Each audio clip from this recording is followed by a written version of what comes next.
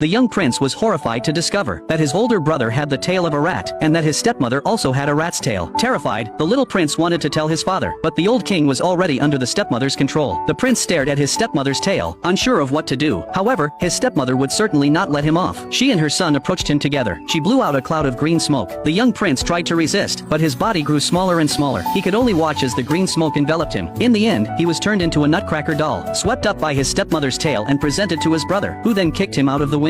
Just like that, the entire kingdom fell under the rule of rats. The young prince lay in the river, drifting slowly toward an unknown place. Many years later, the former Nutcracker came into the possession of Mr. Rhett, the pawnshop owner. He took a liking to Marie, who loved to dance, and used the massive debt left by her deceased father to threaten her into marrying him. Before leaving, he gave her the Nutcracker as a token of his affection. Back in her room, an angry Marie tossed the Nutcracker aside. Looking at the family portrait before her, she deeply wished she could return to her childhood and play with her old toys once more. Suddenly, a shooting star flew by and transformed into a golden light that enveloped Marie. When she opened her eyes, she realized she had shrunk. It turned out the shooting star had misunderstood her wish and made her small. Although being small meant she wouldn't have to marry, danger quickly followed. Even small, everyday items could now kill her. She barely dodged a hairpin before a makeup box fell. The cloud of dust it raised swallowed her instantly. Through the haze, a large rat slowly approached, blaring fiercely at Marie. Paralyzed with fear, Marie collapsed to the ground. Facing the rat, she could only raise the hairpin to defend herself, but the rat easily snatched it from her. At the critical moment, the transformed prince came to her rescue. Although he wasn't afraid of rats, this one was so large that it not only threw him off, but also knocked the weapon from his hand. Then the rat prepared to attack Marie again, but it couldn't move forward. It turned out the prince was holding onto its tail from behind. Enraged, the rat pinned the prince down with its claw. Just as the prince was about to be eaten, a sheep suddenly rushed in and knocked the rat away. The rat tried to attack once more, but was struck by a fireball from the magician. Terrified, the rat scurried into a hole and escaped. Marie looked at these animated dolls in confusion. The magician told her it was your wish that brought them to life. Seeing her old playmates, Marie was overjoyed, but she didn't want to remain small forever. The magician assured her not to worry. The magic would vanish at sunrise the next day. Only then did Marie feel relieved. At that moment, the prince went to thank the sheep, and Marie also thanked the prince. But the prince said he hadn't saved anyone. He had acted only because he hated rats. Then he disappeared into a rat hole. The magician grew anxious, explaining that for the magic to be lifted, everyone must stay in the room. Marie was the first to dive in, determined to bring the prince back. The goat and the turkey followed. Being heavier, they actually passed Marie, and arrived first in a new world. Marie, coming after, stumbled right into the prince's arms. Once she got up, Marie urged the prince to return with her, but the prince refused to believe he was her doll. Suddenly, the ground began to tremble. A horse-drawn carriage approached from the distance. A hand reached out from inside and halted the carriage. It was the prince's stepmother. She had caught the scent of a human. The soldiers drew their swords and began searching. The timid turkey was frightened and ran off, with a soldier closely pursuing it. While chasing, the soldier squeezed through an arrow crack and unexpectedly turned into a rat. Seeing this, the terrified turkey burrowed into the soil. The soldier, now a rat, scorned the cowardly turkey, plucked one of its feathers as a trophy, and then left.